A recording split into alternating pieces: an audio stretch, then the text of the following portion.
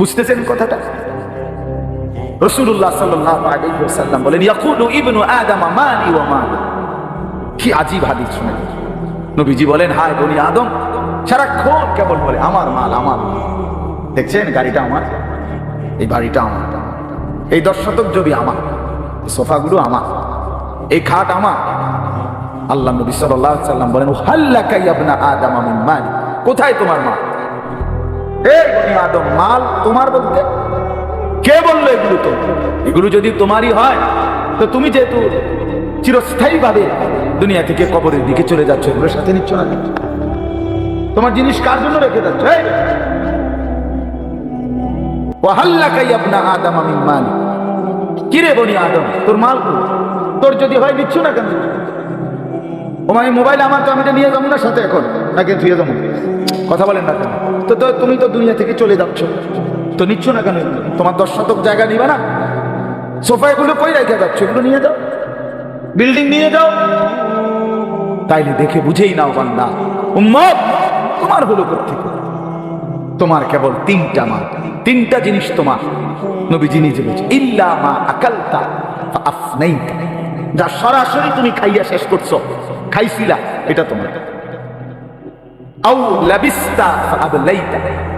যেটা সরাসরি তুমি গায়ে দিছিলা, পরছিলা, পোশাক তোমার গায়ে, পড়তে পড়তে এটি পুরান হয়েছে, সিরিয়ালাইছে, এগুলো তোমার। আও তাসাদ্দাকতা ফাআমদাইতা। আর যা আল্লাহর রাস্তায় খরচ করেছ, দান, সাদাকা, যাকাত, ফিতরা, হজ, উমরার জন্য, গরিব দুঃখী, মসজিদ, মাদ্রাসা, এতিম, গরিব, অসহায় ইত্যাদি ইত্যাদি, এই যেগুলো তুমি কি করছিলা? সাদাকা খরচ করছো আল্লাহর পথে, ফাআমদাইতা, সেটা তুমি আখিরাতে পাঠাইছো, সেটা পড়ছে। এই 3টা তোমার। ওমা সিওয়া যালিকা, আর এই ছাড়া বাকি সব ফাযাহিবুন, তোমার থেকে সরে যাবে, চলে যাবে। ওয়া তারিকুহু লিন্নাস, মানুষের জন্যই রেখে যাবে। কি অসাধারণ হাদিস, কি চমৎকার ভাবে নবীজি ব্যাখ্যা করে বুঝাইছেন। ইয়াতবাউল মাইয়িতা সালাসাতুন ফায়ারজিউ ইসনান ওয়া ইয়াবকা ওয়াহিদ। নবীজি বলেন, মানুষের কবরস্থানে 3 জিনিস তার সাথে যায়, 2টা ফিরে আসে, একটা থেকে যায়। একটা থেকে যায়, যাওয়ার সময় যায় 3টা। 1 নম্বর মালুহু ওয়া আহলুহু ওয়া আমালুহু। তার কিছু মাল, ওই যে লাশের খাটিয়া, আগরবাতি, এই জাতীয় সামান্য কিছু মাল তার, এগুলো তার সাথে যায়। তার পরিবারের এলাকার কিছু সদস্য সাথে যায়, আর তার সারা জিন্দেগীর আমল সাথে যায়। তো ফায়ারজিউ আহলুহু ওয়া মালুহু, অতঃপর তার মাল আর তার বংশধর ফিরে চলে আসে। ওয়া ইয়াবকা আমালুহু, কবরে শুধুই তার আমলটুকু থেকে যায়। কি সুন্দর হাদিস, চিন্তা করে দেখেন। রাসূলুল্লাহ সাল্লাল্লাহু আলাইহি সাল্লাম বলেন, নবীজি বলেন, লাউ আন্না লি ইবনি আদামা ওয়াদিয়াম মিন যাহাবিন। উম্মত শুনো, বনি আদম কত লোভী, শুনো মানুষ কত লোভী হয়, দুনিয়া লোভী কি পরিমাণ লোভী হয়, যার কলজার ভিতরে একবার আখিরাত ভুলে গেছে। বিশ্বাস করেন ভাইয়া, ছেলেরা তোমরাও বোঝো ভাইয়া, দুনিয়া যার কলজার ঢুকছে, নারীর লোভ, সম্পদের লোভ, অর্থের লোভ, নেতাগিরির লোভ, তো আল্লাহ রাসূল সাল্লাল্লাহু আলাইহি সাল্লাম বলেন, এই দুনিয়া লোভীকে, বনি আদমকে যদি একটা পাহাড় পরিমাণ স্বর্ণ দেওয়া হয়, লা আহাব্বা আন ইয়াকুনা লাহু ওয়াদিয়ান, সে মনে মনে চাইবে যদি তাকে 2টা পাহাড় স্বর্ণ দেওয়া হইতো। একটা পাহাড় মানে কি? 200 কেজি মাটি। হ্যাঁ, কথা বুঝছেন? একটা পাহাড়ের মধ্যে 200 কেজি মাটি, তো টনে টনে মাটি, টনে টনে, মিলিয়নে মিলিয়নে মাটি। মদিনার উহুদ পাহাড় 8.5 কিলোমিটার লম্বা, এত বড় পাহাড়, এত দূরত্ব, এত উঁচা, যে মসজিদে নববীর এখান থেকে, বারান্দা থেকে, সেখান থেকে দাঁড়াইলে কি দেখা যায়? উহুদ পাহাড় দেখা যায়, প্রায় 4 কিলো 4.5 কিলো দূরে, কিন্তু এখান থেকে স্পষ্ট পাহাড় দেখা যায়, এতটা উঁচা। তাহলে এত উঁচু, এত লম্বা পাহাড়, স্বর্ণ বানিয়ে দিলে আল্লাহ নবী সাল্লাল্লাহু আলাইহি ওয়াসাল্লাম বলেন সে আরো একটা চাই। এরপরে নবী বলেন, শোনো বনি আদম, লান ইয়ামলাআ ফাহু ইল্লা তুরাব। হায়, বনি আদমের মুখ ভরবে না কবরের ওই মাটি মুখে মারা পর্যন্ত। লান ইয়ামলাআ ফাহু ইল্লা তুরাব, তার মুখ ভরবে না কবরের মাটি ঢুকা পর্যন্ত। আরে শুনেন আশ্চর্য কথা, ছেলেরা বোঝো, শুনো মিয়া, বাবারাও শুনেন আশ্চর্য কথা। এই যে হাদিস এটা বললাম না, যে বনি আদমকে যদি একটি পাহাড় স্বর্ণ দেওয়া হয়, সে আরেকটি পাহাড় চাইবে এবং তার মুখ ভরবে না কি ছাড়া। এটা তো কি হাদিস, এটা কি? কিন্তু হযরত উবাই ইবনে কাব রাদিয়াল্লাহু তাআলা আনহু একজন বড় সাহাবীর নাম। সাহাবীদের মধ্যে সবচেয়ে সুন্দর কোরআন শরীফ যিনি পড়তে পারতেন, সাইয়্যিদুল কুররা, কারি কোরআনুল কারীম এত সুন্দর পড়তেন যে আল্লাহ তাআলা সরাসরি নবীজির কাছে জিবরাইল পাঠাইয়া আদেশ করতে, বন্ধু আপনি উবাইয়ের জবান দিয়া কোরআন শরীফ শুনেন। শুনেন, ভয় পড়লে আমার আরশ কাঁপা ওঠে। শুনেন শুনেন, আমনে শুনেন। আল্লাহ নবী সাল্লাল্লাহু আলাইহি ওয়াসাল্লাম এই সাহাবীকে ডাক দিয়ে বলছে, উবাই ইকরা আলাইয়াল কুরআন, কোরআন শরীফ পড়ো, শোনাও। তিনি বলেন, আমি শোনাবো আপনাকে? আমরাই তো শুনি আপনার থেকে, আপনার সামনে আমি কোরআন পড়বো, এই সাহস তো আমার নাই। আর আল্লাহ নবী সাল্লাল্লাহু আলাইহি ওয়াসাল্লাম বললেন, আল্লাহ তাআলা তোমার নাম বলে আমাকে আদেশ করেছেন তোমার জবানে কোরআন শুনতে। উনি তিনবার জিজ্ঞাসা এই কথাইটা। এরপরে আসাম্মানি আল্লাহ, ইয়া রাসূলুল্লাহ, আল্লাহ আমার নাম নিছে? বলে তোমার নাম? আমার নাম? হ্যাঁ তোমার নাম। আমার নাম? বলছে হ্যাঁ তোমার নাম। ফাবাকা, তিনি প্রচন্ড ভাবে কাঁদতে শুরু করছে আর বলছে, হায় নবী, এক গোলামের এর চাইতে বড় সৌভাগ্য আর কি হতে পারে যে তার মনিব তার নাম নিয়েছে, তার মালিক তার নাম নিছে। এর চাইতে বড় ভাগ্য আমার জীবনে আর কি হতে পারে যে আমার আল্লাহ আমার নাম নিছে। যাই হোক, আমার বলার উদ্দেশ্য হলো এই সাহাবী উবাই ইবনে কাব বলেন, এই যে হাদিস এটা নবীজি আমাদেরকে এত বেশি বার বলছে, বারবার বারবার বলতেন। আমরা প্রথমত কুন্না নারা, এটার সরাসরি তাফসীরে আছে, কুন্না নারা হাদা মিনাল কুরআন, আমরা এটাকেই মনে করতাম যে এটা কোরআনের আয়াত।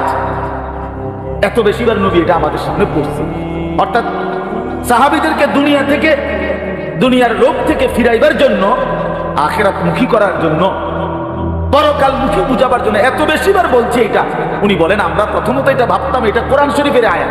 হাত্তা নাযালাত আলহাকুমুত তাকাসুর হাত্তা যুরতুমুল মাকাবির, এরপরে যখন আলহাকুমুত তাকাসুর এই সূরাটা নাজিল হইছে, এই আমি এখন যেই সূরাটা পড়ছি তার পরের সূরা, এটা যখন নাজিল হইল তখন আমরা বুঝলাম যে না, এইটা হলো কোরআন, আর এতদিন যেটা মনে করছি এটা রাসূলের হাদিস।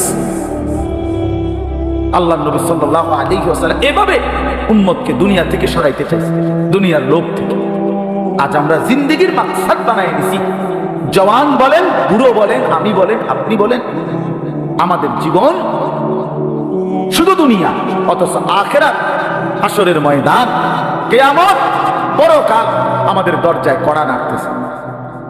প্রতিনিয়ত আমাদের সামনে যে মানুষগুলো মৃত্যুবরণ করতেছে, এরা যেন আমাদেরকে হাত নেড়ে নেড়ে কড়া নাইরা নাইরা যেন বলতেছে, আখিরাতের দিকে যাচ্ছি, তুমিও আইসো। ঠিক না? এই জন্য কবর জিয়ারতের দোয়া আছে সালামের সাথে। ওই ওমর ফারুক ভাই হয় না? হার বেটা বেচারা আমার তে বড় বক্স, ওরা নিচে বসে হাই। তো কবর জিয়ারতের দোয়ার মধ্যে, সালামের মধ্যে এটা অংশ আছে, আনতুম লানা সালাফুন ওয়া নাহনু লাকুম তাবাউন। হে কবরবাসী, আপনি তো আমার আগে চলে গেলেন, অচিরেই আমি আপনার পিছনে পিছনে আসতেছি। ওয়া নাহনু লাকুম তাবাউন, আমরা আপনার পিছনে পিছনে আসতেছি, আপনাকে সালাম, আপনাকে সালাম। এইভাবে তো আল্লাহ নবী সাল্লাল্লাহু আলাইহি ওয়াসাল্লাম কোরআনের আয়াতগুলো, সূরাগুলো অধিকাংশই আপনাদেরকে আমাদেরকে ভাই বুঝাইতে চাইছে আখিরাত, পরকাল। কত ভাবে ইকতারাবা লিন-নাসি হিসাবুহুম ওয়া হুম ফি গাফলাতিন মুরিদুন। আল্লাহ তাআলা বলে, বান্দা হিসাবের সময় তো কাছাইয়া গেল, আখিরাত তো চলেই আসলো, কিয়ামত তো চলেই আসলো, আজও তো তুমি গাফিল হয়েই রইলা। 40 বছর হয়ে গেছে, 1 বছর শেষ হয়েছে, এভাবে বুঝি নাফরমানিতে পড়ে রইলা বান্দা। 365 দিনে কোনদিন ছেলেরা, তোমরা যারা ফজরের নামাজ পড়ো না, তুমি বলো না বাপ এত শক্ত এত পাষাণ কেমনে হইলা? 1টা বছর কোনদিন ফজরের নামাজ পড়ো নাই, এত বড় নিকৃষ্ট জানোয়ার মুসলমানের বাচ্চা কেমনে হয় বলেন? এত বড় জানোয়ার একটা মানুষের বাচ্চা কেমনে? এটা কি পরিমাণ হাইওয়ান, এটা কত বড় হাইওয়ান, এটা কত বড় জন্তু, কত বড় পশু। 1 বছর 365 দিনে এই হাইওয়ান কোনদিন ফজরের নামাজ পড়ে না। শুধু 1 বছর, খবর নিলে দেখবেন 10 বছর, খবর নিলে দেখবেন 5 বছর। জানোয়ারের মতো, ইহুদির মতো, খ্রিস্টানের মতো চুল রাইখা তৃপ্তি বোধ করে। এর চাইতে অসভ্যতা, এর চাইতে নিকৃষ্ট রুচি, এত বিকৃত মানসিকতা কোন জন্তু জানোয়ারেরও হয় না। জন্তু জানোয়ার, তোমরা যে সমস্ত ছেলের চুল ইহুদির মতো, খ্রিস্টানের মতো, বেঈমানের মতো বেটা, তুমি একদম নিম্ন রুচির মানুষ, একেবারে ফসা মানুষ বেটা, তুই ফালতু লোক বেটা, তুই তোর কোনো রুচি বলতে কিছু নাই, তোর কোনো রুচিবোধ নাই বেটা। কার মতো মুসলমানের বাচ্চা হইয়া মুসলমানের ঘরে জন্ম নিয়া বেটা, আল্লাহর আজান শুনলি, ডান কানে বাম কানে তোরে আজান দিছে, এক পবিত্র মা তোরে 2টা বছর দুধ পান করাইছে বেটা, কোন শরমে বেটা তুই ওই বেঈমানদের মতো চুল কাটলি বেটা? ওদের কোনো জাতপাত আছে বেটা? ওদের কোনো ইজ্জত আছে না, সম্মান আছে? আল্লাহ তাআলা কোরআন কারীমে বলছে, ইন্নামাল মুশরিকুনা নাজাস। কোরআনের আয়াত কি? আল্লাহ বলছে সমস্ত মুশরিক নাপাক, নাজাসুন নাজাস। সমস্ত ইহুদি নাপাক, সমস্ত খ্রিস্টান নাপাক, সমস্ত হিন্দু নাপাক, সমস্ত বৌদ্ধ নাপাক, সমস্ত নাস্তিক নাপাক, সমস্ত মুরতাদ নাপাক, সমস্ত বেঈমান নাপাক। কার মতো বেটা চুল রাখবি? কারো দেখা বেটা পেশাব করে পানি লস না বেটা? কোন সভ্যত থেকে শিখলি বেটা এটা? কার থেকে শিখলি? জীবনে 2-4 অক্ষর পড়ালেখাও করো নাই, 2-4 শব্দ পড়ো নাই তোমরা ছেলেরা? মানুষ এত অভদ্র অপবিত্র হয় কেন? কোরআন কারীমের মধ্যে আছে, আল্লাহ তাআলা বলে, বান্দা কি আজীব কথা, কোরআন শরীফে আছে, বান্দা কোনোভাবেই যদি পানি নাই, ঠিক আছে, ফাইন লাম তাজিদু মাআন ফাতায়াম্মামু সাঈদান তাইয়্যিবা, তাহলে মাটি দিয়ে, পবিত্র মাটি দিয়ে তায়াম্মুম করো, তবুও নিজেকে পবিত্র বানাও। যদি বলি আল্লাহ